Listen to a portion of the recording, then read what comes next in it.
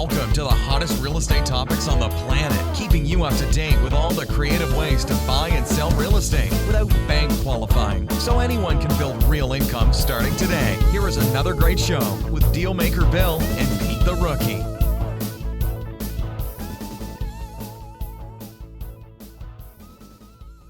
All right, here we are at another episode of Flipping Houses for Rookies. On your mark, get set, go! boom.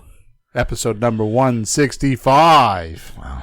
I thought we were on episode 166. I lost one somewhere in my mind. You know what happened? I must have generated it one night one night while I was sleeping, or one morning, or while I was driving around smoking my cigar, and then I forgot to write it down. Well, come back next week. There you go. Finding hot real estate deals on a shoestring budget, Peter. Shoestring budget. Well, that's quite appropriate, William. It is? Yeah, because what do you think people get into real estate for? Because they're rich. What does that mean, shoestring budget? Not a lot. Yeah. I don't know, like, with the story behind it. It just means that's about all you guys, a shoestring. How much can I get with this shoestring? Totally. All right, so today's episode is going to be about this. To be successful in real estate investing, or in other business for that matter, you need revenue. And you won't make a dime in any business until you find a customer who would want what you're offering. That's just the way it is, right? Mm-hmm. In real estate investing, we need to find motivated sellers, then find motivated buyers to make our fortunes. Right? Yeah. It took you a while to get that, didn't it? I remember for a while we were talking about sellers, and like a year in, you were like, you gotta have a motivated buyer too. I didn't realize that. Yeah, you don't think of that. We don't it gets talk to that about point. it that way, but they are as well. Everybody has to be motivated. The private money lender has to. Sure. Everybody's get motivated. We're motivated. Exactly. Unfortunately, motivated sellers and buyers are not standing on the street corners with big signs over their heads telling you where they are. But we have to have a meeting. Motivated buyers, motivated sellers. Go to this corner. Go 3 o'clock on Thursday afternoon. I will be there. Look, this happens a lot. Like, I'm looking for this, I'm looking for that. People are looking for each other like ships in the night. Yeah. And they can't find each other, but they're there looking. Under each other's nose. You just have to be the middleman to say, here you go. So we need marketing to bring these customers to our front door by the busload. Now that we have these suspects pitching us, so many, I'm going to give that again. Now that we have all these suspects pitching us, so we can uncover the few prospects that you need each month to have a thriving deal. You would think that I didn't write this, right? The way I'm reading it. I don't know. My attention shifted, so let me do this again. Okay. Now that we have all these suspects pitching us, so we can uncover the few prospects that you need each month, and having a thriving real estate business. So basically, what I'm telling you is you got to have a lot of suspects to find the prospects. Yeah. You're not gonna do it any other way. It's not. We always talk about go find the prospect. No. Go find a bunch of suspects, and in there will be a prospect. Yeah, that's really the way it is. Well, it's like panning for gold, isn't it? Yeah, pretty much. Dirt, so that's what I was trying to say in that sentence, rocks, but I should have just done it. Yeah, the way I was talking rock, about. Sand, gold. There you go. So you'll need to find these motivated sellers because they are the lifeblood of your success. And in this podcast, I want to show you how to get the stream of sellers to your front door with a shoestring budget. Because what happens is you have to do outflow. Okay, you have to get a stream of people interested in hearing you. And what stops most people is the budget, right? Yeah. So not everybody, but most. Even if you got $1 million in the bank, you should listen to this podcast because it will make you more cleverer. More cleverest. More cleverer. No, it's true, though. I mean, you talk about, like, the more money you have, the more you try to solve the problems with money, the less you really get into the source of the issue, the less you're really finding what's going on and what you really need to do, and just keep throwing money at it, hoping you hit a target. But it's better to be smart, know what you got to do, and find the right things. Right. So the TV show, what is it called? Undercover Boss. Yeah. Where the guy goes down, the executive. Yeah, he goes down to the bottom of the stores. He walks in with a wig on, and they don't recognize him. Yeah. And he's sweeping in the back and mopping up stuff. And he's the guy that thinks you can solve problems with money. Mm. And he's been throwing money at these problems at the top of the food chain, thinking that it's going to fix things. And then when he goes down to the bottom of the food chain where people are actually working, he realizes exactly what you're saying. When you get into the details of what's really going on, it's hardly ever money. Yeah. It's hardly ever money. No. Those even come down to people. Yeah. He finds people that are crappy employees and people that are just fabulous that make the businesses hum. Totally. That go unrecognized because, it's just, well, at that level of the business, you only get paid so much. But he finds that it's people. So even in our business, it's still people. That's right. I mean, there's no machines out there. It's people running them. All right, good. So to generate reliable revenue each month as a creative real estate investor with a reliable income, you need to find 30 to 50 sellers as a minimum each month. Mm. So we're kicking right off now. Mm-hmm. So I'm telling you, you need to have 30 to 50 sellers talking to you each month. As suspects or prospects? I don't care. Okay. I was wondering, not 30 prospects would be great, but yeah, even if it's suspects, you weed through those. Is that what you're saying? 30 to 50 sellers. Yeah. Right? So we're going to weed out, because you only want 1 to 3 deals. Yeah.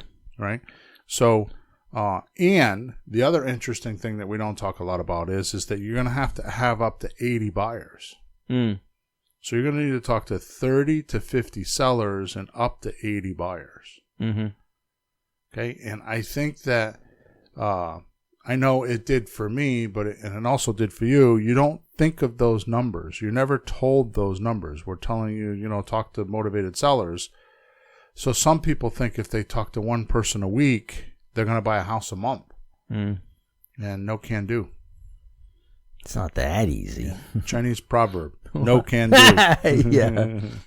Right? I thought that was a Vietnamese man. Yeah, there you go. No can do.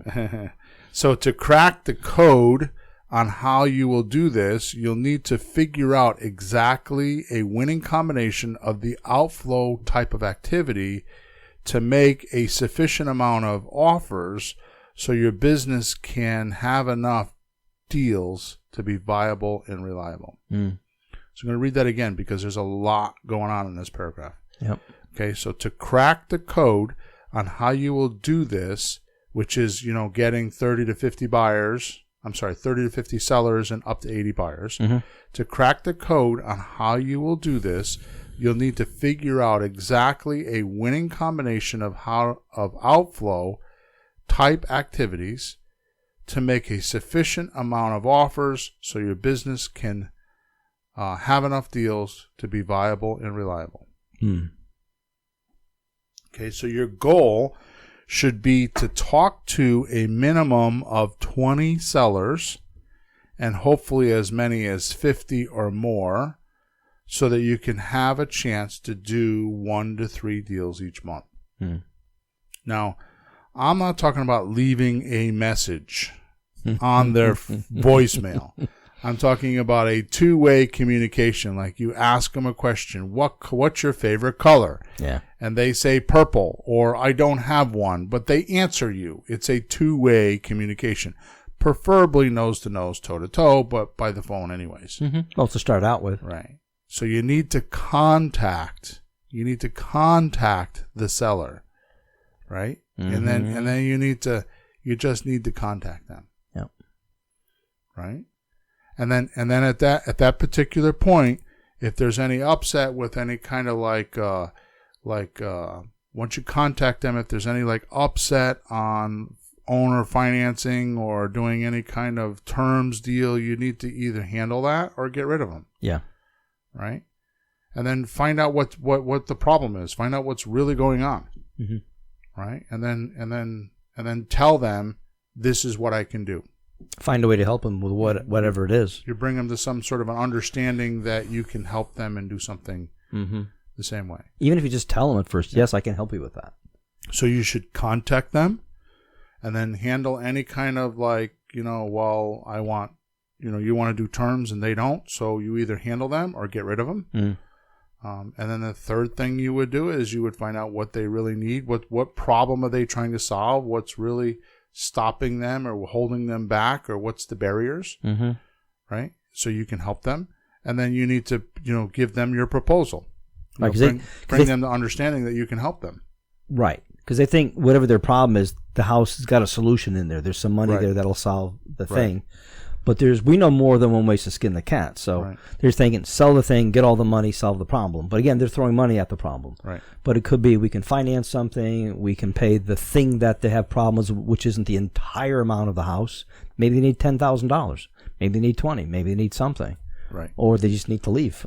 But whatever it is, we have other ways to help them solve it. That's right. So what I'm saying is when I'm talking about 30 to 50 people, I'm talking about having these 4 stages. Like you contacted them, you find out if they're willing to do, you handle them on doing a terms deal or not. You find out what their problem is, and then you help them or bring them the understanding on how you can help them so they can make a decision. Yeah. Right. So that to me is a definition of contacting 30 to 50 people. Right. It's not just like, oh, I left a message or I texted them or something like that. No, it's contacting them and getting the whole scenario, the whole story, so you could maybe do something with it. Right. Okay. I gets you. Does that make sense? Oh, it's absolutely.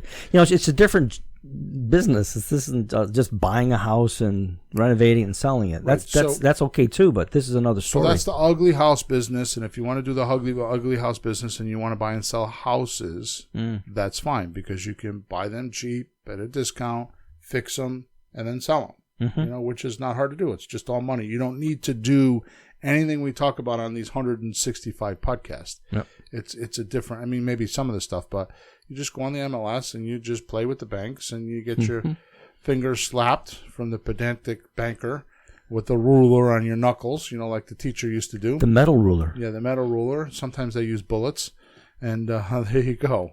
So this is not that way. When you start talking about not being able to get a loan from the bank or a private lender because of your credit, or you don't have a down payment or something of that nature, and you need to do creative real estate, then you need to learn some of these things we're talking about. I'm talking about doing creative deals, which is making monthly payments until you can pay them off. Yeah. Whether it's through a private lender or through the buyer or, just yourself. Yep. That's what I'm talking about. So the magic is to find 1 to 3 sellers per month, and then 1 to 3 buyers each month. Serious ones. Seriously motivated.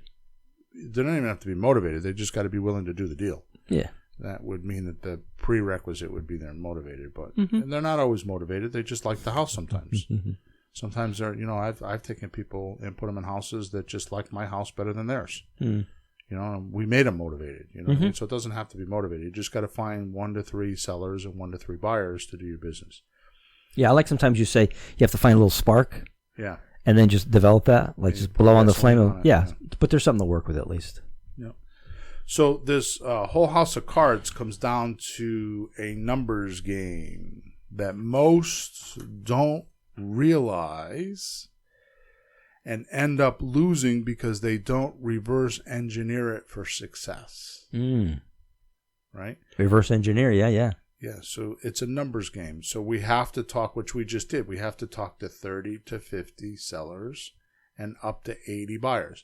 Now, some of that could be automated. Like with the 80 buyers, we automate that. Right. That'd be too much. Yeah.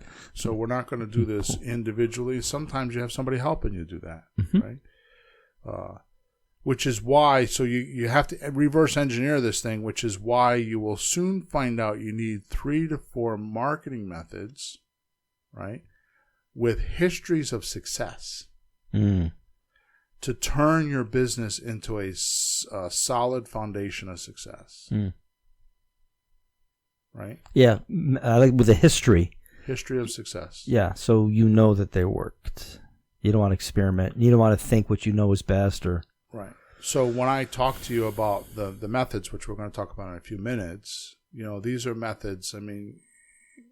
you can do what you want, but I've spent $7,000 and $9,000 a month, with a partner for 6 or 7 years, spent hundreds of thousands of dollars testing. And granted, that was 5 or 6 years ago, maybe a little bit more, and markets have changed, and, internet's changed, but even so, people haven't changed. I mean, the methods are still the same. Mm-hmm. I mean, I went through this on a whole rampage this past year, the end of last year, the beginning of this year, and you and I talked about this a great deal because you saw it happen in front of your own eyes, right? Well, so we had, I was trying to go out there and find new methods because it was like the signs weren't working. Oh. And the letters weren't working. Mm. It was like, those must be dead. I've been using them for 10 years. I must have killed them. There's too many people doing it. Mm-hmm. You know what I mean? It's like, oh my God, we have to reinvent something. We have to make something new because they aren't working. And in the end, after a lot of money lost, probably 6 or 8 months, we realized that the answering service that I was using wasn't doing a good job and wasn't getting me messages, and I was losing deals. Yeah. And I fired the answering service, right? And then about a week or two later, I was in a condo, and the guy, completely arbitrary and by accident, says to me, why was it so hard to get a hold of you? I've been calling for a month. And I'm like, what are you talking about? He's like, I left messages and I did this and I did that. And I'm like, really? And I wasn't, for whatever reason, I missed them. They didn't send them. I don't know what happened, but it was not good. Well, so I told the guy, I fired him on Wednesday. He's like, well, it's a good thing because now you're here. Yeah. And I came really close to buying them. He had 2 condos. Yeah. I came really close to buying those. Oh, that's right. That's the one. So it turned around right at that guy. And that was the reason why I didn't buy them is because I mean, it was a deal. So anybody else would have bought the deal, but I get a little fussy on my deals, so I definitely cherry pick. So automating is good, screening is good, but you have to make sure it really works and stay on top of it. Or we got a little closer. What happened is the automation makes you forget about it.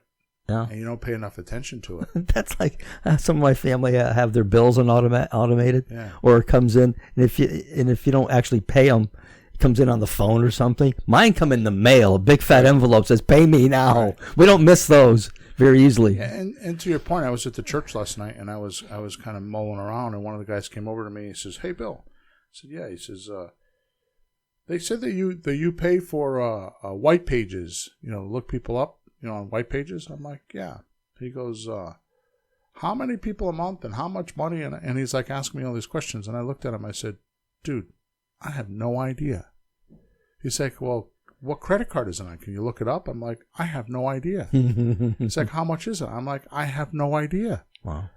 One of the girls that works for me there set it up. I gave her my credit card, and I pay for it every month. I think it's $20 a month, but it's just to your point. It's just automatic. They use it. I don't. Yeah. And until he brought it up, I wasn't even thinking about it. So it's a matter of control. You lose control. And I had a friend that kept telling me, control is income. Yeah. If you're out of control, you don't get the money. You have to control things and make things happen, and you lose control this way if you're not careful. Right. So don't get too spread out. So the first major point that I want to make before we get to our shoestring budget strategies is that, and this comes from millions of dollars of experience. Millions and millions and millions of dollars of my own money and clients' money. And I'm talking about consulting and actually working with small businesses on their marketing campaigns. And I've come to realize at 55 years old, I've come to realize that my marketing experience, which I didn't know this, you would think I would know this, but my marketing experience is definitely old school, which works really good. I'm better at mail and flyers and business cards and copywriting. I'm really, really honed in on the copywriting. I'm not exactly a proficient online marketer. And I know that because I'm struggling with that in my own business, with my online business. I thought I understood it. Yeah. And we do okay. Don't get me wrong. I mean, Nothing extravagant. I mean, I probably shouldn't say this on air, but I think I talk to between 6,000 and 7,000 people a week. You know, between the podcast, my emails, I send out probably 12 to 15,000 emails a week. Last I looked, I have not enough, but about 12 or 1,500 visitors on my website a week. That's awesome. And that you would think that that's awesome. It's not. I mean, it's okay. Well, the thing with the internet, it's not like some of these guys that I they do millions of dollars, they do launches, they do all this stuff. I've just not figured all that out. Yeah, there's a lot going on there. It's just like an ocean. You get lost. The little stuff that I was doing, my own little business, you just get lost in there. Right. I did so much better with an ad in a newspaper and a flyer in the supermarket, and then you go online and you're just like lost. Right. And everything gets piles in. I'm not going to talk about that stuff today because it's too easy to think you're posting Facebook ads and you're doing something, okay? Which works, by the way. But I'm going to give you a handful of things that are like real stuff. This stuff works. Yeah. Okay. But before I do that, and the point that I kind of get off on a tangent here with is that if you don't track your results, you're screwed. So I'm going to show you something that took me, I think, 20 years to learn. In fact, it took that long because the technology wasn't there originally. Okay, now you're talking to a guy that has spent a lot of money on advertising, and ran a lot of campaigns. And I'm not saying that to brag. I'm just saying that because I'm distilling down to like the next 3 minutes of what you should do that is the most effective. Yeah. I mean, I don't even know. It's like I've talked to 10,000 people, and here's what the majority of them said. Right. You know what I mean? It's like you've surveyed it. You've researched it. You've checked it out. You've come up with the results. Just go with it. So here's what we did. But you want to spend $300,000. Yeah. Here's what you should do. Okay. So the best thing I have found, and I checked last night, they're still around, they're still online. I went last night and I checked all this out to make sure it still all works, because sometimes I use old methods and sometimes they're not the same as they used to be. So you go to a company called hostednumbers.com. So that's hostednumbers.com. Actually, they're owned by Pat Live. Okay. So I'm not an affiliate. I don't make any money to send you there. I'm just telling you what I did. And if I had to consult you, if you paid me $10,000 to consult your business for marketing right now, I would do exactly what I'm going to tell you to do right now. Wow. Okay. At least to start anyways. I mean, the marketing is a different story, but, so what happens is you go to hosted numbers. So you go to www.hostednumbers.com or https or http:// Just type in hosted numbers in Google and you'll find it. Okay. Yeah, they'll figure out the H's and the T's and the P's and the slashes. They'll figure that part out for you. So for $19.95 a month, you get 1,000 minutes and you get a voicemail box. That's all you need for $20 a month. Okay. So what happens is once you have the voicemail box, right, and you have a recorded message, and it could just be, "Hi, my name is Bill Hawthorne. I'm not in the office right now. Please leave me a message. If you have a property you would like to talk about, please leave your name and phone number twice and clearly so I can call you back." I mean, it could just be that easy. Yeah. Some of my messages are filters. They're 5-6 minutes long. You don't even have to get that fancy. For right now, just for $20 a month, just get the mailbox. Yeah. At this point, you don't want to filter out. You want to filter in. Right. Talk to people and learn from some experience what you do and not want to do. Now, here's the incredible part about this service. Okay, is that you can buy additional phone numbers. So the $19.95 a month buys you a phone number and a voicemail. Okay. You can buy additional numbers for $5 a month. So here's what you do is you get one phone number for your signs, one phone number for your business cards, one phone number for your flyers, so every campaign you run, it has its own phone number. Okay, and they all come back to the same phone number. which, by the way, if you're like a doctor or a dentist or a regular business and you want to do this in your regular business, all these phone numbers could be call forwarded back to your regular desk phone. So if you have like a receptionist, like we had an auto repair facility, all the phone numbers, what I did is instead of having a voicemail and pick up my numbers, all the numbers would go back to the main number, and the main number would call forward them to my service desk. Yeah. So when the person calling that phone number called, it was seamless. They didn't know that they were calling a marketing phone number. Just go straight to a receptionist. And some business owners are egotistical and arrogant enough to say, well, I have this phone number. I want them to remember my phone number. People do not remember your phone number. Okay? And if they do, they can remember the marketing phone number because they're going to be like, 908 8500. You're going to like get easy numbers to remember, 9100 or 6200 or 51111. You're going to want to get an easy number to remember. So it's easier to remember that number than you. So don't get stuck with that. But that's for regular businesses. That's not for here. For here, what you want to do is you want to pick phone numbers that you think will be easy to remember. They're not difficult. And are they in your own local area? They're local phone numbers. Yeah. So it looks like a local phone call. It looks like a local phone number. And even when the calls, maybe you have this in the next paragraph, but when the phone calls all come in on one line, you can get a readout later to see where they're coming from? You go online and then you can get reports. So what I would do is once a week when I posted my statistics and I keep track of it, I would use my slang. I would use like business cards, 3 calls. If we put signs out, 25 signs out, I would put bandit signs, 18 calls. Yeah. Yellow letters, 25 calls.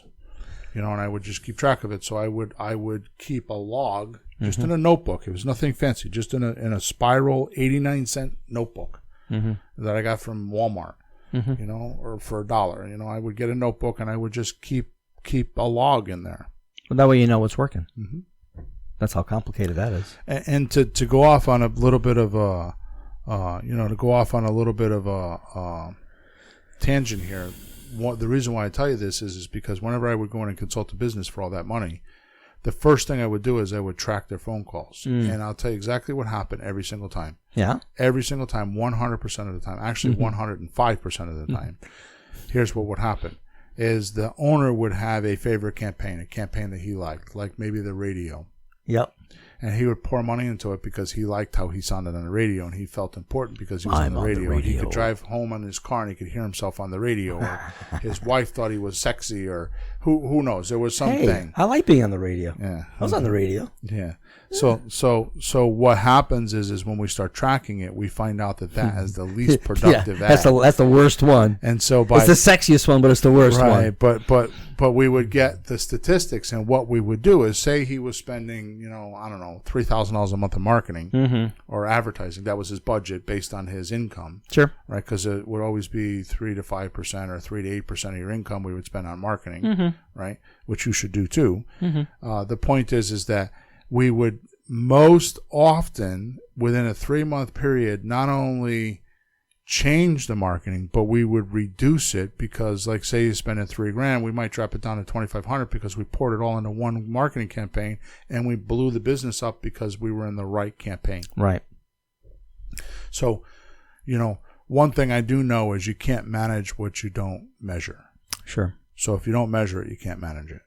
So you have to manage your incoming calls. Okay, so when we're doing this for $20 a month, it's worth it to have this entire system in place. For $20, geez, when you're spending anything at all, $20 plus $5 for phone number. So what are you going to spend? $30, $35? I mean, sure. It's worth it to buy a $30,000 deal. I mean, well, those of us who spend $100 a month on a phone, yeah, sure. I was in the post office. That doesn't make you any money, right? I was in a post office yesterday.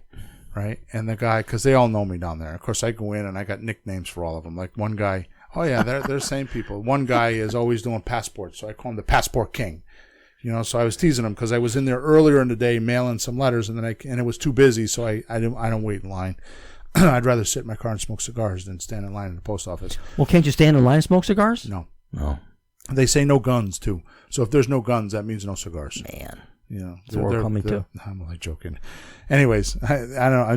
There's a big sign they put up now: no guns. You can't bring guns in the post office. You can't bring guns in my business either. Well, I'm glad they do that. That way, if somebody has any bad intentions, they'll see the sign, they'll turn around and walk out, they'll scare them away. Because criminals obey laws. Yeah, exactly. Thank you, Bill. So, anyways, I go in and he's like, "You were here earlier," and I'm like, "Yeah." And so I was buying like 200 stamps or 400 stamps. That's what I was buying 400 stamps, and I got to go through the books, because we don't just buy rolls of stamps. You want the pretty flowers? Yeah, Abraham Lincoln. So, anyways, he made some comment to me about how I'm always in there, and I'm like, and I just looked at him and I smiled. I says, "Yeah, because I got a secret." He said, "Really? What's that?" I said, "How much am I paying for a stamp? 50 cents?" He goes, "Yeah." I said, "I never know which one of these 50 cents are going to buy me a house and make me 30 grand.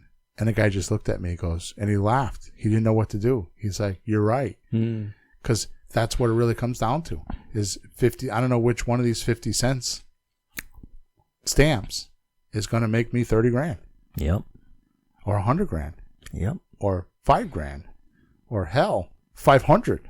That's really so unfortunate because if you knew which one it was, you could buy that one. Bill, not buy the rest. Yeah, even if it was $10, man. If I knew, I'd just say, "Hey, give me the one that works." I'm like, come on, you're a professional. You work at the post office. Which one's the good one? At least which color, which flower, Right. Exactly. I'll pay you extra for those. Less work, more result. All right. Bill, you work on that now. Yeah. You let us know. Yeah, You exactly. refine I'll this just a test that little one. more. Yeah, I'll test Get that that one. little. Hey, Bill, do you see what you ask the people when they call in? Like, what was the stamp on the envelope? Give me the number on it, the serial number. Was it the flower or was it the John Lennon stamp? Yeah, exactly. Okay, so that was rule number one. Rule number one is to test. Keep track. Keep track. Yep. Keep Not track test, of what you I'm do. sorry, yeah. Keep track. To Stats. Yep. Yeah. No, it to works. track. That's what I'm trying to say. Yeah, to track, not test. No, it works. People always ask me in my little business, well, it worked. And in mine, everything worked a little bit, so it was okay. I would get something from everything, but if something works really good, you just go for it. Right. Rule number 2. Consistency is crucial. Oh, man, I hate that. That's a bad word. You need to maintain focus on your real estate marketing. You can't dally around with little here and a little there and expect deals to fall into your lap. We run into this all the time. Yeah, because we don't have like a separate department, that just does that. Right. We're specifying a little bit. Like I get help from my wife, you get help from Emma. I do phone calls, you do follow-up calls. We're breaking it up a little bit, but it's still, keeping up with all of it. Right. It's never enough. So remember, many of the responses from your marketing outflow will not be prospects. In fact, the prospect may wait until your second or fifth, maybe 10th message before you finally become compelled to call you. Mm-hmm. Before they become compelled to call you. So you need to keep the outflowing going. You need to keep sending your message. Because so many times in my coaching group, they're like, I'll show them how to sort an out of area list, how to get out of area owners, because that's one of my favorite lists, right? Right. And they'll be like, there's 800 names on the list or 1,200 names on the list, and they're like, I mailed all of them. What should I do?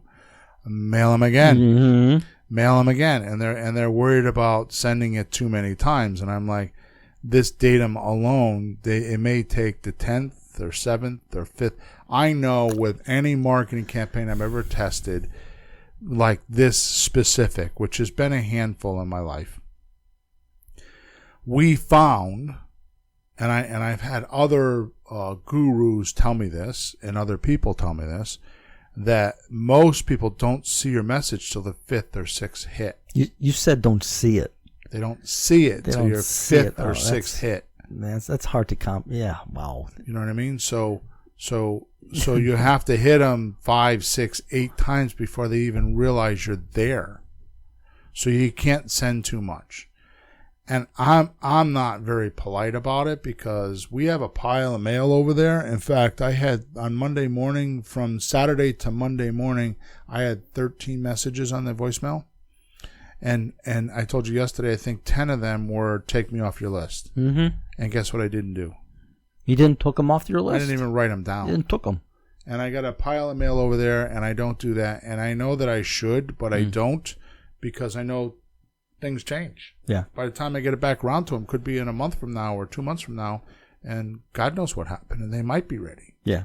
You know, so I had a guy mail me a letter yesterday. He wrote on the back, he didn't even open the letter. He wrote on the back of the letter, "I will never sell this house!" exclamation points. Mm-hmm. And he put it in an envelope and mailed it back to me. Yep. He didn't even open the envelope. He knew what was in the envelope. Wow, really? Yeah. Well, he opened the last one, maybe. So consistency and is crucial, and it's the glue that holds your success together. And this, I promise you. So you gotta be consistent, because here's another thing that I know that has been tested over and over and over again. Whatever business you're doing today is from a result of about what you did about 5 or 6 weeks ago. So if you didn't mail, if I'm not, like right now, the phone's not ringing. If I look back at my statistics, I'll see that about 5 weeks ago, we dropped our mail, or we dropped our outflow. Yep. So it doesn't show up right away. It takes 5 to 6 weeks, sometimes 7 weeks before it actually shows up. So if you start mailing, if you listen to this podcast and you start deciding to mail some letters or start doing some of the things we're talking about, and you don't get a response right away, I'm telling you, you have to be consistent for at least 6 or 8 weeks before you start to notice the snowball effect. Okay? And if you don't do that, then you won't make it. Okay? So the object is to start smaller, which I prefer not to, but start smaller. and as you do it each week, you'll notice it'll get easier and easier to do, and you can add more pieces or more phone calls or more flyers or whatever we're going to talk about. Well, a good way you describe it is you have to develop a system and have habits. Right. Like, this is how I do it, this is what I do. So even if it's small, right, you're getting into the groove of a system. Good. And how much time do I have? Okay, good. And ideally, to me, I mean, we work together. You do things yourself, I do things, but we have a partnership, and we can talk to each other and encourage each other. You get the letters like, oh, crap. So if you're doing this, by all means, see if you have someone else to work with. And 2-3 people would be a fabulous team. Don't expect to put it on automatic and have it drive by itself. No. I mean, think of it this way. This is a perfect way to explain it, okay? You have a car, and car's got cruise control. So what does that mean? It means you're on the highway doing 65, 70, go, straight away, you put on cruise control and just steer. But it's for a short period of time. It's not for the whole time. Because there's always some guy that cuts in front of you and slows down. You got to hit the brake, and there goes your cruise control. So the cruise control is just so the systems, like the computerized systems, or having somebody like write your letters for you, that's like the cruise control. But doesn't mean that you can't stop paying attention to driving the car. You still got to drive the car. All you did was just take one of those systems and just make it a little easier for you to drive the car. You're still steering. You know what the key is? Watching. Yeah, you're still watching, paying attention, and driving the car. Yeah, because that's where you go wrong on an automated system. If you just stop watching, go out and smoke a cigar. Okay, somewhere. so enough of that. That's the technical. Those are like the red flag warnings that you have to do. You have to actually track your advertising. You have to be consistent and make sure you do it every week. Okay, or monthly, depending on how fast you want to buy houses. Okay. So let's get down to some ideas on what you need to do to run 3 to 4 campaigns, because you're not going to make enough with just one campaign. That's one thing that we have just recently learned, or I kind of had learned that. You would think I would know that a lot earlier, but... Well, from your earlier conversation, if you track things, this is working really good, so you'll go pour money into that. But isn't it true that if you have a few different things, people might see a few different things? Like they see your sign, they see your letter, they see something else perhaps, and then you become more real. Like we see McDonald's on TV, we see McDonald's in the thing, there's a sign someplace, there's a newspaper, there's a coupon, comes in the mail, blah, blah, blah. 2 donuts for the price of 7. So to get going on the shoestring budget, here's what we're going to do. Method number 1. We're going to call for sale by owners. And I've beat this one to death, so I'm not going to cover a lot here, but that is by far the cheapest, quickest, fastest, most reliable way to get a lead tomorrow. I mean, like you can get it today. If you're listening to this podcast, you could shut it off right now and do what I'm going to say and have a lead today. Yeah, it's because it's the most direct. Yep. You're looking for a buyer, and they're advertising. So that's exactly right. Right? That's you want exactly fish, you go fishing, they'll go to the Stop and Shop. They have a fish market. Exactly. Just go pick one up. Exactly. Duh. Yep. Exactly. They're sitting there. So don't be a mere spectator when it comes to finding deals and making money. Be sure that you're going to get on the field and start scoring. Okay? And this is the way to do it. So get on Google and type in your city, your county, or your state, followed by for sale by owner. So if I wanted to do Wallingford, it would be Wallingford FSBO. For sale by owner. Right. So, or type in for sale by owner if you want, but it'd be Wallingford for sale by owner. Or if I wanted to get more leads, because with Wallingford, I might get 2, 3 leads, 5 leads, something like that. If I wanted to, now Wallingford's in New Haven County, I can type in New Haven County for sale by owner, and I'll get more. Maybe there I'll get 20, maybe 30. Or I could do Connecticut, which is the state, and I'll get hundreds of them. Sure. Okay, so I would do Connecticut for sale by owner. Doesn't matter. The biggest one you're going to find in the arena is going to be Zillow. Go find 10 of them. And I've talked about in other podcasts how to do that. So I'm not going to elaborate on that today. So just go check, just go some of the other podcasts. I didn't even pull them up, but how to find them. So that's not what this is about, is how to do it. But I can tell you, so you type your city, your county, your state, and you go into Zillow and you pick 10 properties. Okay, preferably 30 to 45 days on the market. Okay, don't get stuck on that, but that's preferable. Right. Then what you do is you go to flippinghousesforrookies.com/free stuff. That's flippinghousesforrookies.com/free stuff. Download our for sale by owner script and start calling. Okay. From listening to this podcast, so the listening to this podcast, this section of the podcast, doing what I just said, and being on the phone should be less than an hour. Absolutely. It should be 30 minutes, actually, but less than an hour. If it's taking you more than an hour's time, you're one of those people that have paralysis from analysis. Knock it off. Go make a phone call. Stop making excuses. Get on the phone. Like Peter says, these people want you to call them. It's not a cold call. They want to talk to you about their house. Okay, so it's not that hard. When you see a hot dog stand on the street and you walk up to the guy, you're like shy to ask him for a hot dog? Right. Exactly. If you are, it's a good example. Shut off. Yeah. So now what I want you to do is I want you to talk to 1 to 5 people a day doing this. Now, my coaching clients, what I try to get them to do is I try to get them to do an hour of marketing a day, an hour of talking to people a day, if we can get that. If you can't, do a half an hour a day. Yeah. Minimally, what I'm telling you right now, the listener of this podcast, is to talk to 1 to 5 people a day. If you can't make 1 for sale by owner call a day, then I don't even know what to say. You're not going to make it, right?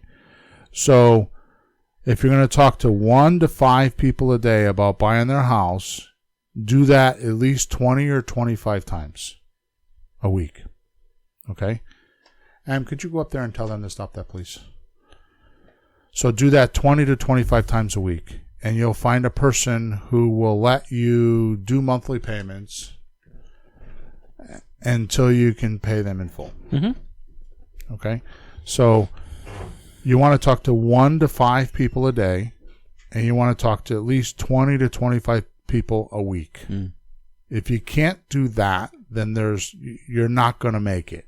Or it's going to take you 2 years to find them. Those are the ones that we talk about. If you last that long. It's such a long runway eventually. I like to make calls until I make an appointment. I make an appointment. If I make an appointment, like, yay, win. Right. The next, just I got one, The next day, go, let's get another one. That's what you're looking for. Right. Pat yourself on the shoulder. You did a good job. Do it again tomorrow. Right. So that's a good point.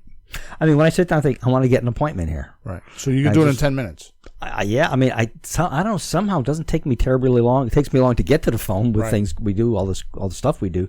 But when I do, it doesn't seem to take terribly long. It's not horrible at all. I think that if you're not experienced, which, by the way, is the difference between somebody listening to this podcast and me, the difference between us is how many people you need to talk to.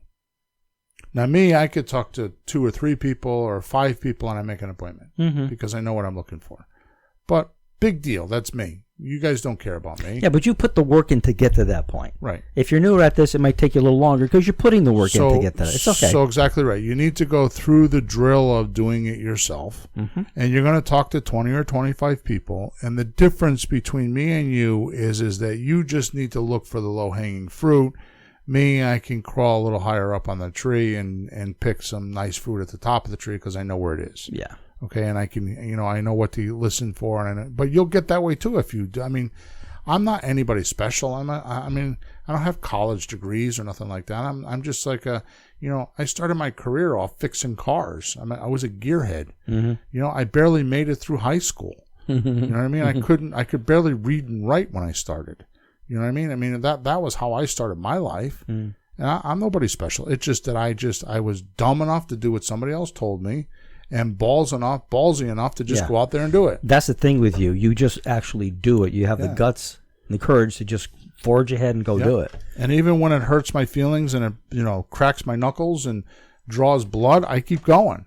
But you learn from that. I totally learn from that. Yeah. So when you're making phone calls, my little tip is, and you've helped me with this a lot, when you make a phone call, when you're done, you might have screwed something up or not know how to do something, or they said something annoying. Write it down. Yeah. And then think, well, what should I? Oh, I should have. Oh, I know what I can say, or get somebody to help you. What this guy said something. I don't know how to answer him. And everybody listening to this podcast, you can send in a support ticket. Yeah. I mean, I answer all of them, and I don't try to. I answer them. Yeah. Sometimes people will push it and they'll start wanting me to do deal structuring for them, and I'll tell them you're bordering coaching stuff, but here's an answer. I don't just tell them I'm not going to give you an answer. I'll give them an answer, but I'll tell them you're bordering coaching. It's not fair to my coaching clients to pay me all the money, and then I give it to this dude for free. Sure. It's not fair. That's not fair either. But I always answer. I always give them a direction or a place to find it, or get them involved with the coaching. Sure. You know what I mean? But that'll help you as a person. Because if you don't do that, about 3 days or 3 weeks later, you're just not feel so good about it because you got beat up, you didn't know what to do. So you have to figure out what went wrong. It'll stick to you. Yeah, and you taught me this, and we figured between all of us and the coaching clients, write them down, figure out what to do. Just come up with any solutions. You go, oh, I know what to say next time. So you're not stuck on it. Right. You're not worried about it. Then you have a nice list of how to fix stuff. Right. It's like relationships. I mean, if you have a bad relationship and you don't clean it up, and you go into another relationship, guess what baggage you got? Oh, yeah. And I mean, look at a guy that's been married 3 or 4 times. He knows less the third time than the first time. All he's doing is carrying baggage because he's never in between relationships did something to improve himself so that he could have a better relationship next time, or at least look at what he did wrong. Right? Method number 2, business cards. Now, I know this sounds lame and very old school, but I'm not talking about cards that have your picture and your name on it like the realtor. Okay? I'm talking about the right message and a call to action done correctly. Okay? So now my business cards, I'm just going to read them to you. Okay? The front of the business card says, I buy houses, ! Then the next line, the next 2 lines says, no commissions, no closings. I'll give that again. No commissions, comma, no closing costs, comma, no hassle, comma, no realtor, ... Okay? The next 2 lines say, sell, and as is in quotations, quotation marks. Yeah. For emphasis. Yeah, for emphasis. Sell in as-is condition for top price and on the date of your choice. And then it has a phone number, which, by the way, goes to where? Our own phone here? Nope. Like the hosted number thing? I just got done telling you, hosted numbers. Yeah. It goes, so it'll be one of those phone numbers from the hosted numbers. Sure.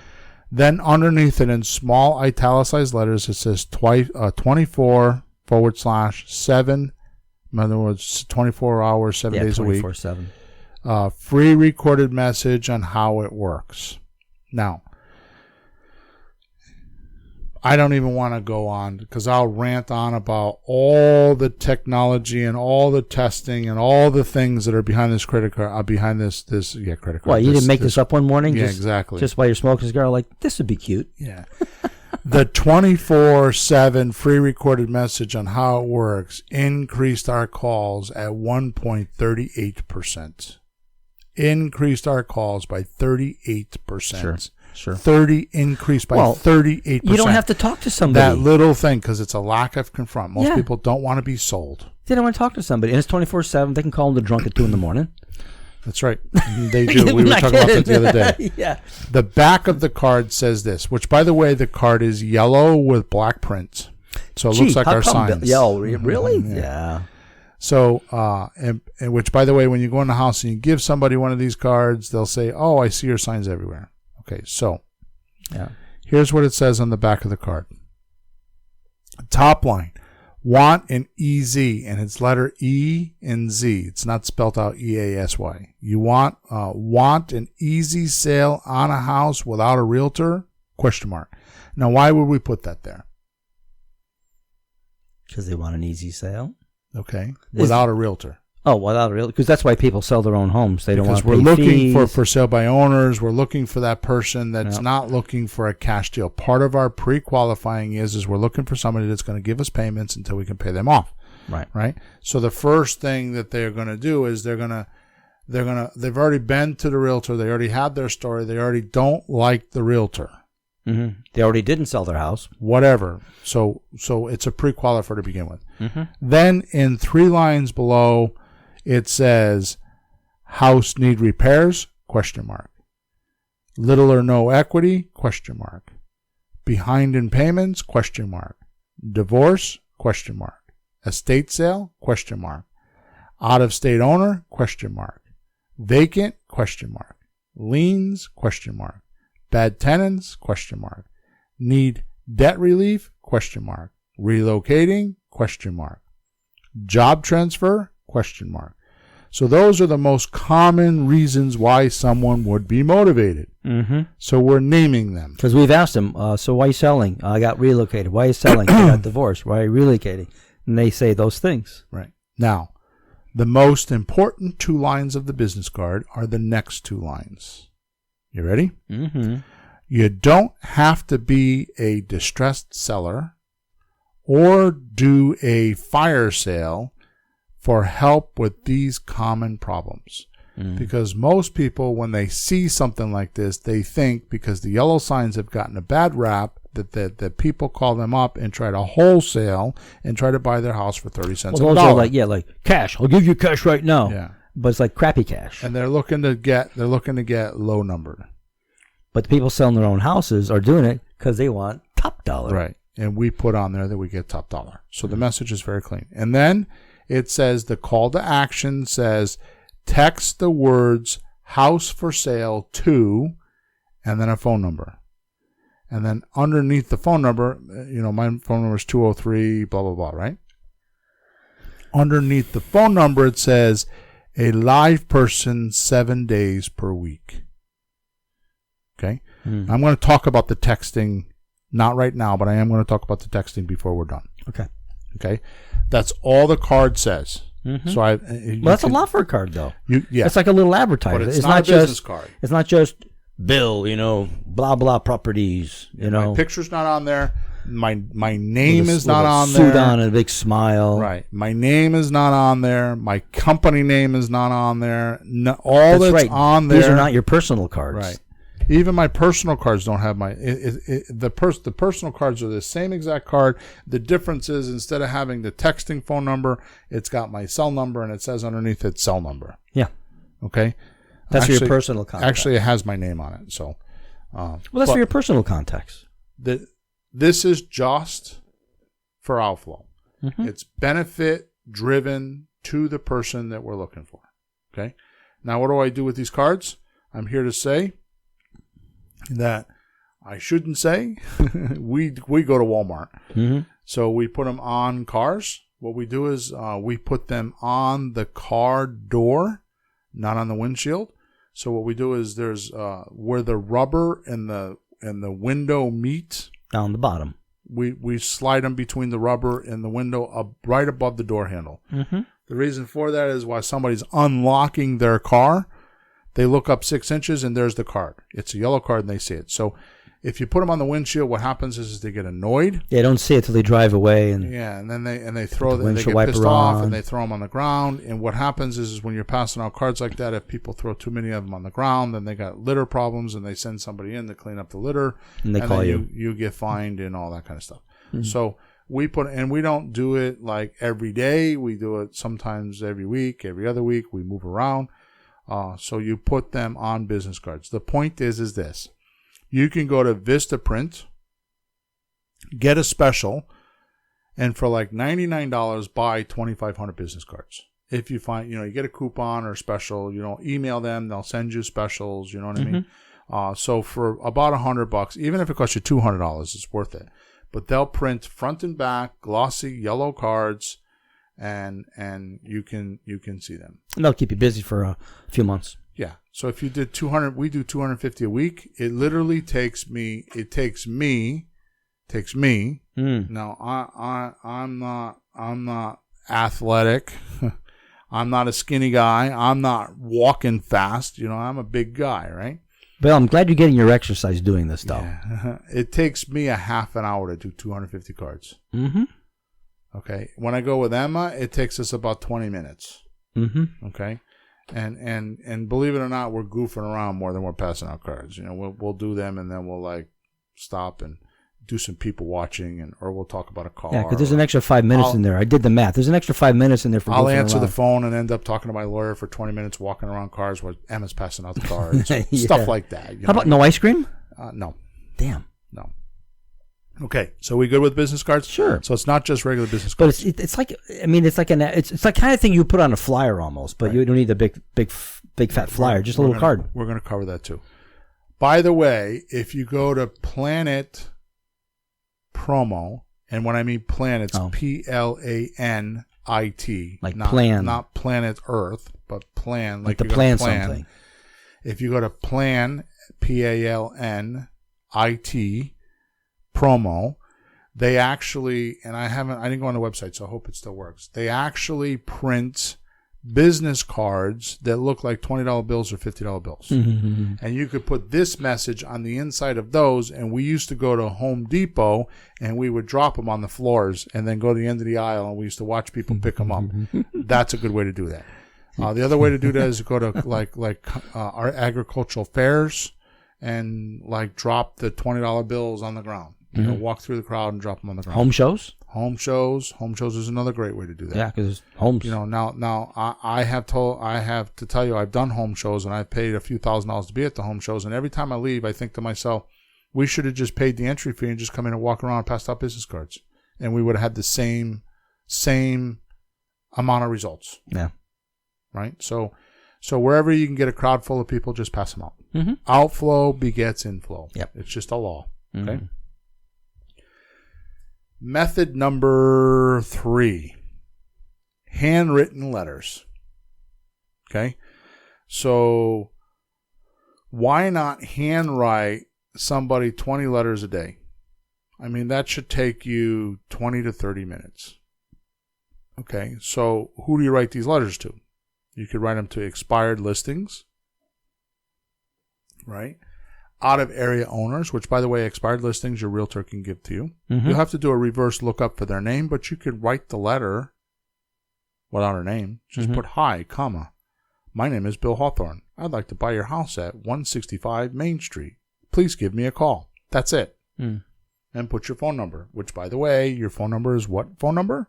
The hosted number thing. And it's got its own phone number. Yep. Right? So separate number for the card, separate number for the letter, separate number for the sign. So expired listings is a good one. Out of area owners, which we make our own lists, or you can buy lists. I mean, you can go online and buy lists if you want. You know, they're not expensive. You can get a few thousand names for $100, $200. Mm-hmm. 30. I mean, if you go to melissadata.com, you could probably buy that list for about $75, $50 to $75, depending on how many names. Yep. Okay. Or you could do something like this, okay? So we're talking about handwritten letters now, right? Yeah. So what if you went to sites where people are renting their houses? Okay, now I'm going to rattle off some websites here that I have. Some of them I've used, some of them I've not, some of them I've heard about, some of them I found. So all you need to do is just go to Google and type in house for rent. Yeah. Or house sites for rentals. Does Zillow have a whole section on rental? Zillow has a whole section. They do, right? So Zillow is one of the biggest ones. Yeah. Right? Or you can go to VRBO, V like in Victor, R like in Robert, B like in boy, O like in octopus.com. Here's another one, rentbyowner.com. Yeah. Here's another one, rent.com. They're the biggest. Okay? Yeah, they those got that one first, rent.com. And then Hotpads, HOTPADS. Yeah. Okay, these are just a couple that I found they come up in a Google search quick. Mm-hmm. So what if you went on those sites and got some people that are renting houses, because they're probably landlords, they're not living in the house, and you sent them a letter, a handwritten letter, saying, I'd like to do a rent-to-own on your house. Would you consider doing a rent-to-own? Right. Because they're already renting it. So Right. would you consider a rent-to-own? And just say, hi, my name is Bill Hawthorne. I noticed that you're renting 123 Main Street. I was curious to know if you'd be interested in talking to me about doing a rent-to-own. Please give me a call. Mm-hmm. Just keep it that simple. Mm-hmm. If you did that every day, what would happen? Somebody would call. Somebody would call. So if that's the case, are there phone numbers there too? Yep. You know? So if you were doing for sale by owners and you kind of ran out of names for your area and you're sitting at the phone, could you call those guys, do the same thing? Yeah. You've talked about that. So you run out of names, you shift to that. Mm-hmm. I take pictures of like house for rent, and I call them sometimes, and sometimes I keep forgetting to call that one. I take a picture of the house, the number, the street sign, and the phone number on the sign. Right. I go around the corner. I called one of them. I called two of them, but there's a third one that's just sitting there. I'm thinking I got to call that one, and slips by. But that's there too. Good. So method number 3 is Craigslist. Now, my headline says, I pay top dollar for houses, and then in parentheses, the city, like Hartford or New Haven or whatever, right? Right. In Connecticut. So I pay top dollar for houses. Guess what the ad says? I have a very special, unique Craigslist ad. Yeah. Yeah, it's been tested and proven, and you have to use it. It's extremely unique. It says, call me. No. It's the business card. Yeah. I just take the business card that I just read to you, and I just put it in there, right? So it says, you know, hey, Bill, you have unity of message. Yeah, exactly. So it says, you want an easy sale on a house without a realtor? House need repairs, little or no equity, behind on payments, blah, blah, blah. And I just put the business card in the ad. Yeah. Okay? Yeah. Now, here's the interesting thing. I post 4 to 6 posts a week when I remember to do it, which isn't every week, right? 4 to 6 posts per week. So in other words, I'll do it on a Monday, and then sometimes I'll go back on a Thursday when the ad is down, and I'll re-up it. Sure. Not always that way, but usually if I just post 4 to 6. Yeah, just repost it. So like I'll do New Haven, I'll do Hartford, and then I'll do like Wallingford, and I'll do different cities that I know that I want to be in, right? Mm-hmm. And if you do that once or twice a week, I'll get 2 to 5 phone calls off of those ads. Yeah. They work. Craigslist is still working. I mean, there's a lot of stuff that gets like shuffled around. You get lost in it. But Craigslist is kind of like its own little thing. Right. People go, let's check Craigslist. Right. It's just there. So what I do is, because a lot of people are like, well, you got to pay $5 for an ad. I don't pay for the ad. So I go in, I put in there, owner has something for sale. Right? Or, I just usually go in the general section, and it says looking for, something like that. And you Not the real estate section? No. Oh. I just go in the general section. Huh. Okay. Yeah. I mean, you don't pay $5. No, some sections do charge, but some they don't. In fact, I just did. In fact, I'll do this again. If you're on my email list, sometime in the next week, I'll actually do an email with the Craigslist ad and how to do it. I have instructions on how to do it. So if you're not on my email list, then go to flippinghousesforrookies.com and get on my email list, and I'll send it. I'll do an email, or send me a support ticket and I'll send it to you. Okay, but the point is I have a whole thing on instructions on how to do Craigslist, and I've given it away before, so I'll give it away again. Okay? Yeah. Good. And the section you put it into, that's interesting. Yeah. Yeah. And you don't have to pay the $5. Uh-huh. Method number 4, texting. Texting. So my big secret that I keep letting out of the bag these days is we use TextMagic.com, which one of my coaching clients found for me a year or two ago, and I've taken it to the fullest extreme. So what I do is I go to I buy a list of for sale by owners. All right, I use and when I say I mean Emma uses My Plus Leads. So just go to My Plus Leads. You can use any of them for about $20 or $30 a month membership. You can download a list of people. You could just pay the $20 or $30 for 1 month and get a list of a few hundred names and go a couple months. I don't do that. We just pay the money and we use it whenever. So download 100 or 200 names. It's in an Excel format. You can take the Excel format, clean it up a little bit, just put the addresses and phone numbers, just what you need, and you can upload them to TextMagic. And then in TextMagic, you can actually text people. And the way it works is you actually text like 25 people a day. That's what I suggest. So you text 25 people a day, so it goes out as a broadcast. But when they text you back, it's all individual conversations. So I'm going to give you a forewarning that if you do this, you need about 45 minutes to an hour to respond, because I get almost 100% response when we do this. Okay, so you're going to get conversations. You're going to get people that are curious. Most of them are suspects, realize that.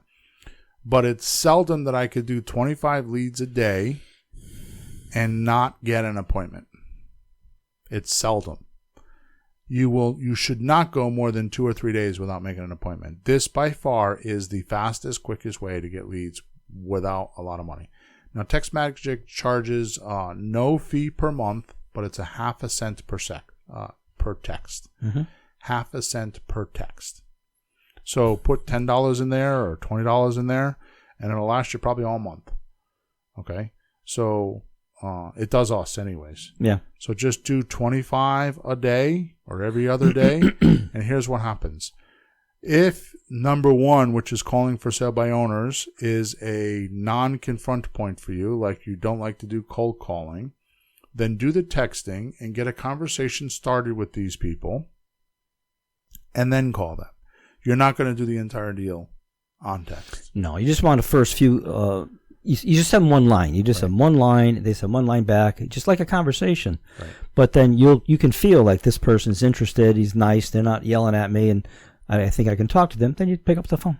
So what do you think, Peter, if I offered to actually text these people for every listener on the call? If I texted them personally, you think they would want that? Sure, Bill. But how could you find time to do that, Bill? Exactly. So that's why what you should do is you should download the FSBO script, for sale by owner script, and type the FSBO script into the texting as your messages. And that is me talking to your seller. So and here's what I have found. Don't change the words. I found that texting works better than the phone calls, because we had actually assistants making phone calls on the phone. And what I found out after a history of doing this is that the person doing the opening call changed my script and put it their own words. Where the texting, if you just type what's on the script, just take the script and type it, you get a much higher response, because those words are tested. They're not manipulated. They're not changed. They're not altered. They're not anything except the exact words you need to say that work very precisely, because we've tested them like 100,000 million times. Right? So when you start texting people, use the for sale by owner script, which TextMagic allows you to preload the scripts, so you can just just send back. You type the scripts in the certain fields, and you pick one and you send it. Then a response comes and you pick the next one, you send it. Right. And it's almost like no matter what they say, you just send the next one. Right. And it kind of works. It's just bizarre. Yep. They don't even know, because that's the things that you need to be talking about. So if you want me to do your buying for you, then this is the way to do it, is to get TextMagic. Go in there and download, upload the script to it, go get your leads, and that's me talking to your sellers. If you Bill, use you the have scripts to get people to talk to you on the phone. You have scripts when they call back what to say. You have scripts when you get in the house what to do in a presentation. You have scripts for everything. Right. You're making actors. Right. Exactly. John Travolta makes all his money from a script, doesn't he? That's right. Good. So that's all I'm going to say with that. Mm-hmm. And then we're over our hour, but I'm going to give you a fifth method here, just because I can't resist this, because it's really clever. It's really clever. What's left? Go ahead. What's left? Method 5. And I'm sorry for being over the hour, but I think I'm giving you enough information here that you'll want to stay on and listen. Yeah, you don't have to do all of these, but start with the ones you can confront the easiest, right? And then add one. Right. So number 5 would be flyers. Mm-hmm. So USPS.com, which is United States Postal Service, has a service called EDDM, which is every door delivery method. Or mail, something like that. Mm-hmm. So you can put flyers in a mailbox. Through the newspapers? No. Oh, no, they just put them in. EDDM delivers them by mail. Yeah. Or you can get them inserted in newspapers. Yeah. You open your local flyer, your local little newspaper shopper thing, and then a few flyers fall out. So you can't print these flyers and then go put them in the mailboxes yourself. That's against the federal law. You go to jail for that. Okay. So figure that out. Okay. The other way to do it is to do it through some of the coupon books. Mm-hmm. Some I didn't look any of them up, but you get those little books and you flip to 30, 40 pages and they have coupons and things. But those people also do flyers and they do mail packs and they do other things. Okay, a mail pack, that's the name of it, mail pack. Yeah, sounds familiar. Yeah. Okay, so here's what you do. All right.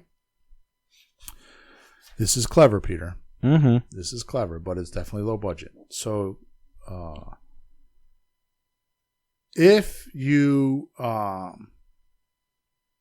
print your flyers on 11 by 17 inch paper, which you'll find at a printer. Yeah, like legal size, right? No. It's bigger than legal. That's 14. Oh, yeah, this is double size. This is 11 by 17. So what you do is if you put it horizontally, or landscape, right, and you fold it in half, you now have 4 8.5 by 11 inch pieces of paper. That's right. Because that's how sides. Right. So you now have 4 sides. You got the front page, the inside of the front page. So you might make it like a book. Yeah.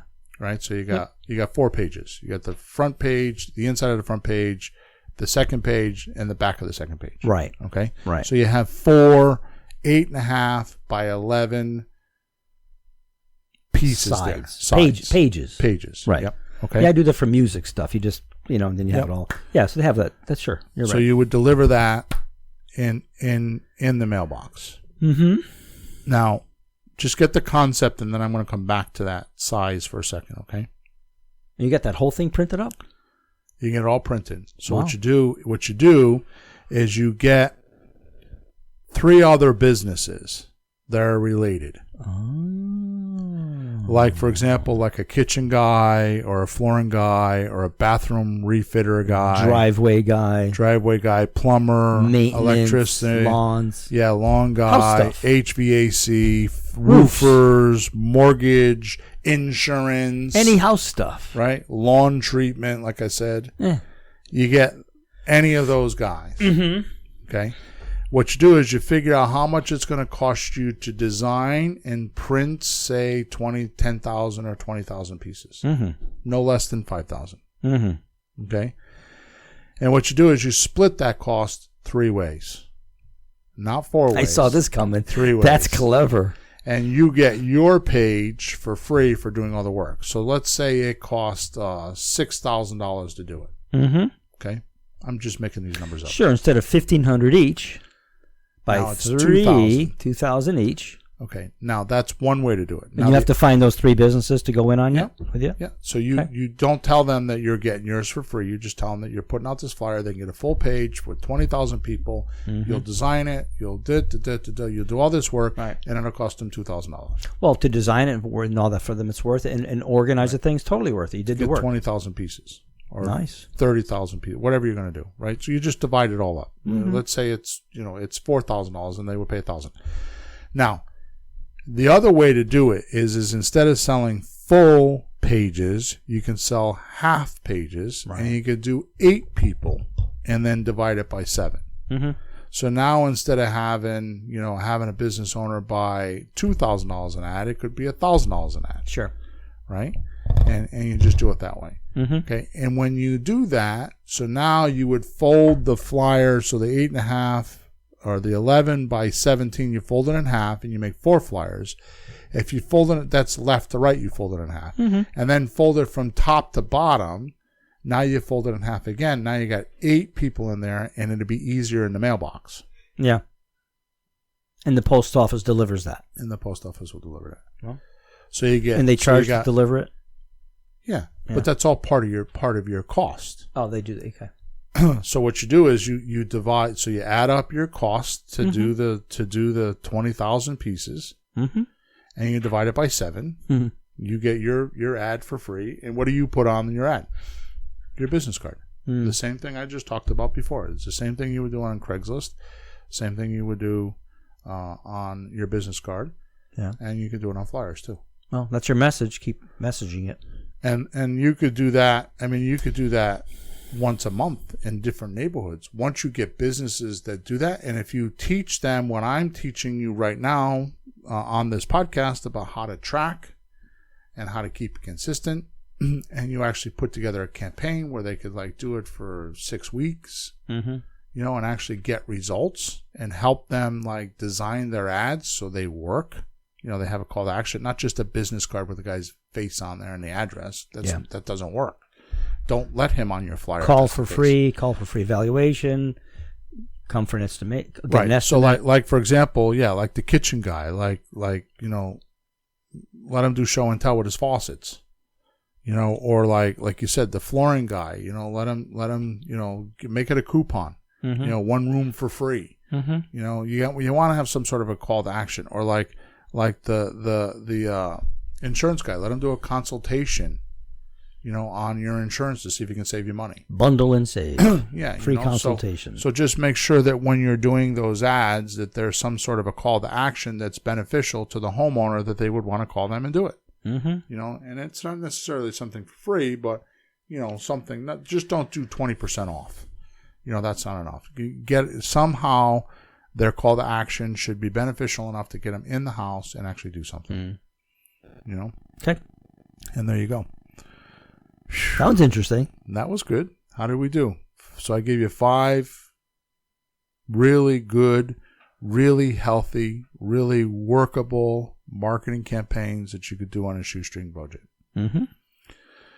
So as usual, I bitch and complain every single week about how much time it takes me to do all this research and write these podcasts. We had a lot of complaints in the beginning. It didn't bother us because we just kind of winged it, and it was just an hour on Thursday morning and it. But now this has turned into 3 or 4 hours a week for me to do this podcast. And I still don't get paid for it. I still don't have advertisers. I think right now we're the biggest podcast on podcasts that actually talk about one topic. We have no guest speakers, which we were going to bring some people on, but they're people that we like and want to talk to. Yeah. Right? They're not paying us. We have no advertisements. We have lots of information, and it's just our time donated and my money donated to be here. So in exchange, I would like reviews. I'm just asking for reviews. Are we asking too much? Yeah, exactly. So I prefer you do it on iTunes, but whatever platform you listen to us is fine. If you go to flippinghousesforrookies.com/podcast, our podcast page is there. All of our archives are there, so you can listen to all the past shows. On the right side, it says "Give us a review." I think it's in big red. It's a big red button, or there's a big button. I don't know what color it is, but it says "Give us a review" on the right side. So go to flippinghousesforrookies.com/podcast, lifeblood.com/podcast. And you can give us a review. Or go to iTunes or whatever. We have had a lot of people giving us reviews lately. I think if you type in real estate investing in iTunes, we're number 4. Wow. And I got to tell you, a pride thing, an ego, a man testosterone thing. This is total ego. I'm number 4. Yeah, I'm ahead of Grant Cardone. So there you go, Grant. Hey, Grant. See you, Grant. We happen to know him, so there you go. Not personally, but we know him. We like Grant through some other Grant is circles. A good guy. Yeah, he's a maniac, but he's a good guy. And last thing I'd like to say is, if you haven't checked us out in the last couple weeks, go to flippinghousesforrookies.com/free stuff. We do go on there usually once a month, and we add a document or update documents. So if you haven't gone to get the FSBO script recently, like in the last month or so, you should go there again because we've revised it. There's a couple other documents we just put up there. I don't remember what they were. Something I just wrote. I think it was... project. Yeah. Oh, yeah. When you go in the house, you can look at a house, and we actually put a estimation sheet of what you should look at in the house for repairs. For repairs, yeah. So there's always something we're adding, so you should go there. So go give us a review, please, please, please, please, please, and check out our free stuff page and go get some goodies. And then last thing is if you have any questions about anything we're talking about here or anything on my website, or anything about real estate, just go to flippinghousesforrookies.com. Top right-hand side, it says Contact Us, and you can send a support ticket in there. Okay? So the very, very last thing I would like to say is I'd like to do a shout-out for Emma. Emma does an amazing job making that website simple. If for some reason there is some problem or something clunky or something not right, just please let us know, because your feedback means a lot to us. And we will definitely make adjustments. We've gotten this far. It's cost me a lot of money to get this far, to make it simple. Because in the beginning, we're not internet people. Well, Emma is. She's got a degree in it, but I'm not. We're real estate guys. So if you could give us a suggestion of what you would want to hear about on the podcast, or something on our website that you think is a little clunky, please send a support ticket in. We will definitely take your comments to heart, and if we can fix it, we will. So we're here to help you. It doesn't matter to you, Pete and I, what we sit down and talk about for an hour or an hour and 20 minutes these days. So if there's something we can do to help you, that's what we want to do. Just send a support ticket and let us know, because we have quite the community. We have almost 1 million downloads, and like I said before, I communicate to a lot of people during the week. So it's been a very, very interesting trip. Like a journey. Yeah. And we've had a lot of people help us. So because of the amount of communication that we have. So that's true. We know a lot of people, and they're nice people. They're good people. We're going to call one of our new friends after the show and have a little chat. But they're just really good people, too. Yeah, we've met a lot of people and had a lot of help. Had a lot of people just say, hey, you should do this. By the way, comment. And it's like, oh, my God, I didn't think of that. And you think they'd be greedy and selfish, and they're not. Nope. That's that's how you get successful, by giving and being a decent person. Well, we definitely give. So I'd like for you to give back by doing a review. So enough of that. No more begging. We're over and out. Talk to you next week.